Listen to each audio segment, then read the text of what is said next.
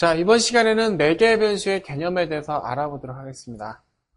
자, 부품을 제어하는 가장 중요한 요소 중에 하나가 바로 매개 변수예요. 우리가 이제 인벤터를 저한테 수업을 들으신 분들은 보시면은 파라메트릭 이런 말 많이 들어보셨죠?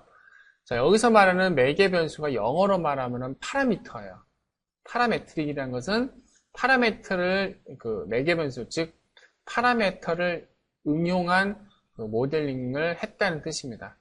자, 이 매개 변수는 이제 뭐냐면은 부품을 우리가 작성했을 때 스케치에서 치수를 넣거나 돌출이나 회전해서 이제 우리가 숫자를 넣잖아요.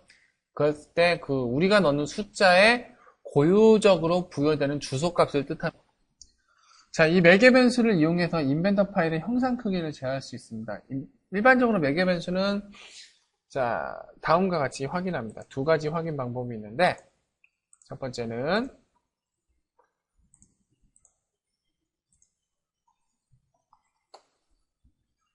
치수를 작성했을 때 이 치수를 더블 클릭하게 되면은 치수 편집이라고 해놓고 D0라고 되어 있는 거 있죠.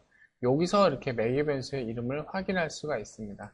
그리고 돌출을 할 때도 이제 돌출에 지금 10이라고 썼죠. 지금은 아직 10이라고 쓰고 확인을 해가지고 이 돌출이 생성이 안 됐기 때문에 매개 변수의 이름이 아직 최초 등록은 안 됐지만 확인 버튼을 누르고 나서 다시 한번 돌출을 더블 클릭해서 보면은 자, 여기에 이 10이라는 수치에 이렇게 매개 변수가 이름이 들어가 있는 것을 우리는 확인할 수가 있습니다. 이런 식으로 매개 변수를 자, 확인하기도 하고요. 자, 다른 방법으로 매개 변수를 확인하는 방법이 있는데 바로 관리 탭에 있는 자, 매개 변수 관리창을 여는 방법입니다. 매개 변수 관리창을 열어보면은 다음과 같이 자, 이렇게 매개 변수 창이 뜨게 되는데 여기서 현재 우리가 모델링으로 작성한 모든 매개 변수를 볼 수가 있습니다. 자, 하나씩 봅시다. 자, 매개 변수 이름, 단위, 방정식. 자, 요 세 가지 정도만 아시면 돼요. 나머지는 아직까지는 알 필요는 없고요. 자, 매개 변수 이름은 이제 실제로 이제 이 고유한 숫자가 가지는 매개 변수 이름입니다.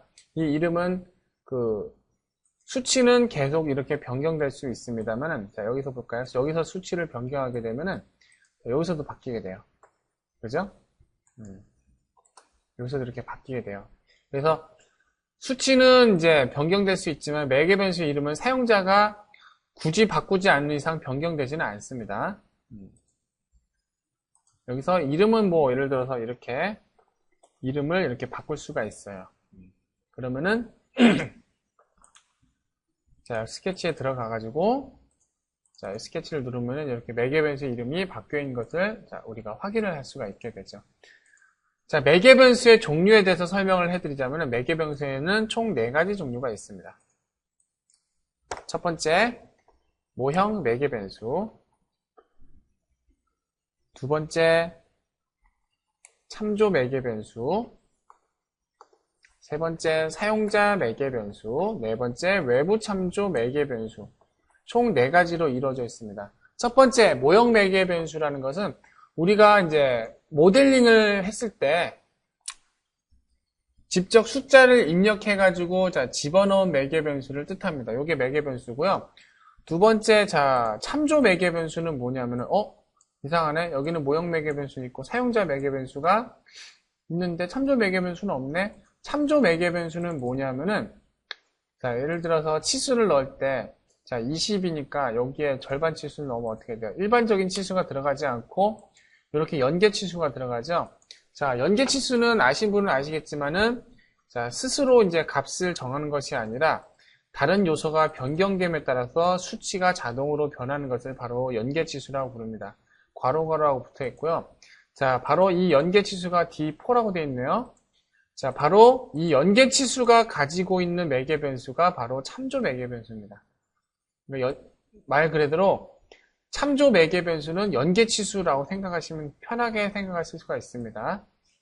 자, 사용자 매개 변수는 우리가 이제 인벤터 실무 동영상 강좌 1편에서 아이파트를 할 때 잠깐 다룬 적이 있었는데, 자, 모델링으로 작성할 수 없는 치수 있죠. 그러니까 모델링은 뭐 굳이 작성할 수 없는 치수라기보다 먼저 매개 변수를 정해놓고 그 다음에 그 녀석을 갖다 쓰는 방식. 그러니까 사용자가 임의로 추가하는 매개 변수를 자 바로 사용자 매개 변수라고 부릅니다. 자, 예를 들어 수지 추가를 해가지고 예를 들어 길이라고 해놓고 길이에 대한 매개 변수를 50이라고 해놨죠. 요거는 사용자 매개 변수가 여기다 그냥 사용자가 그냥 집어넣은 매개 변수이기 때문에 현재 모델링에서 존재하는 건 아닙니다. 하지만 앞으로 모델링을 할 때 예를 들어서 자 이걸 할 때 예를 들어 이 녀석의 직경을 매개 변수 나열로 불러오게 되면은 자 이렇게 사용자 매개 변수로 입력한 값을 이제 불러올 수가 있게 됩니다. 이런 식으로.